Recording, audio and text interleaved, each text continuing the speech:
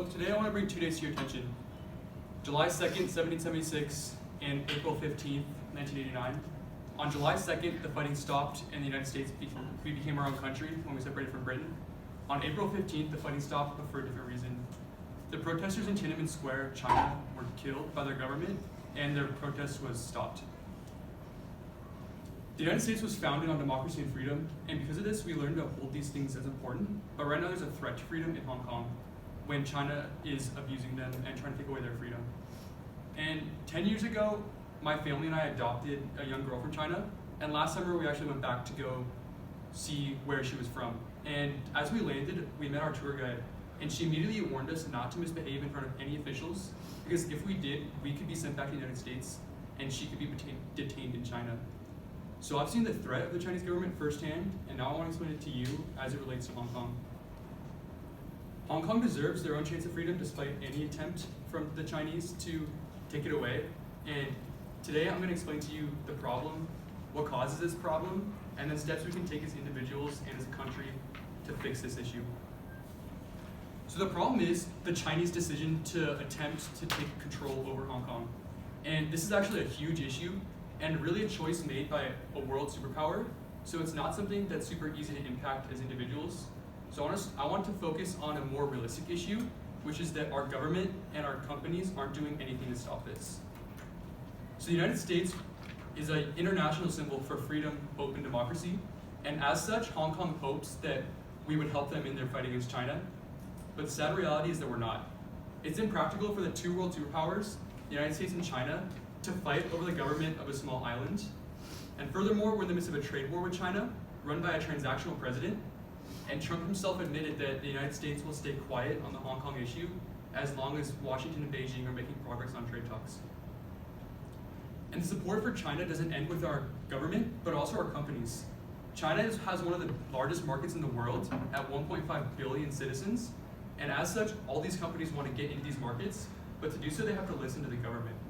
So Apple removed the Taiwanese flag from the emoji keyboard and removed pro-Hong Kong apps from the App Store, all when China voiced disapproval.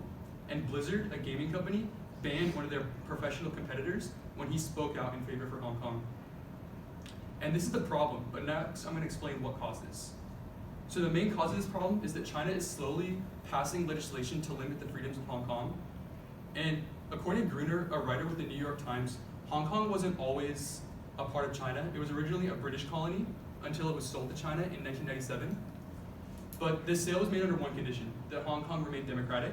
So to accommodate this, China implemented the one country, two systems policy, where although China and Hong Kong would be one country, they'd be run under two different systems of government. The problem is this policy was immediately ignored in 1997 and again in 2017 with the Hong Kong elections. Hong Kong wanted free elections and China promised this, but when it came time to vote, Hong Kong was only able to vote from a list of pre-approved candidates chosen by Beijing. Meaning these weren't really free elections, and this immediately sparked outrage and protests in the streets. And one of the more controversial parts of legislation that China passed was the 2019 Hong Kong extradition bill. And in summary, what this bill does is allows mainland China to extradite citizens from Hong Kong back to mainland China. And extradition is the legal handing over of a person from one jurisdiction to another. And this is important because China and Hong Kong have two very different governments. China's authoritarian while Hong Kong is democratic, meaning essentially a citizen of democratic Hong Kong can be extradited and punished and tried in an authoritarian government, mainland China.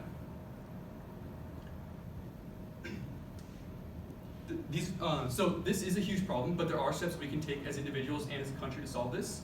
As a country, we should implement economic sanctions against China, but also the companies that value the economic markets of China over Hong Kong. And then there already are some movements in our government to support Hong Kong. Senators Ted Cruz and Ed Markey have implemented the United States Hong Kong Policy Act, which would require a report on how China is abusing Hong Kong. And Senator Marco Rubio introduced the Hong Kong Human Rights and Democracy Act, which would essentially create a United States standpoint on how Hong Kong should be treated. But none of these have been passed yet. And although this is progress in our government, there's no progress in the companies that are supporting the markets over the freedom of Hong Kong. companies like Apple, Blizzard, Marriott Hotels, Tiffany's Jewelry, and the NBA all have made public actions to support the Chinese markets. And although the government isn't reprimanding these companies, the customers are. When the news of Blizzard supporting China publicly came out, thousands of their subscriptions were canceled the next day, resulting in a 10% stock price drop from their $56 high point. And although this is a huge issue, we can take steps as individuals to solve this. I want to encourage us all to write letters to our senators and our representatives in the House to pass on bills relating to Hong Kong and their freedom. And although it's impractical to protest every company that takes advantage of the Chinese markets, I want to urge us to protest those we can and to support any companies that support the Chinese markets. The main takeaway from today is that China is abusing Hong Kong by attempting to take away their freedom. And the problem is that they're passing legislation to limit this freedom, and that we aren't doing enough to stop this issue, an issue caused by the legislation. But we can take steps as individuals and as a country to stop this. And oftentimes we take our freedom for granted because it's all we've ever known. But I want to encourage you all to empathize with Hong Kong and understand that they're just fighting for their own chance of freedom and for a better life.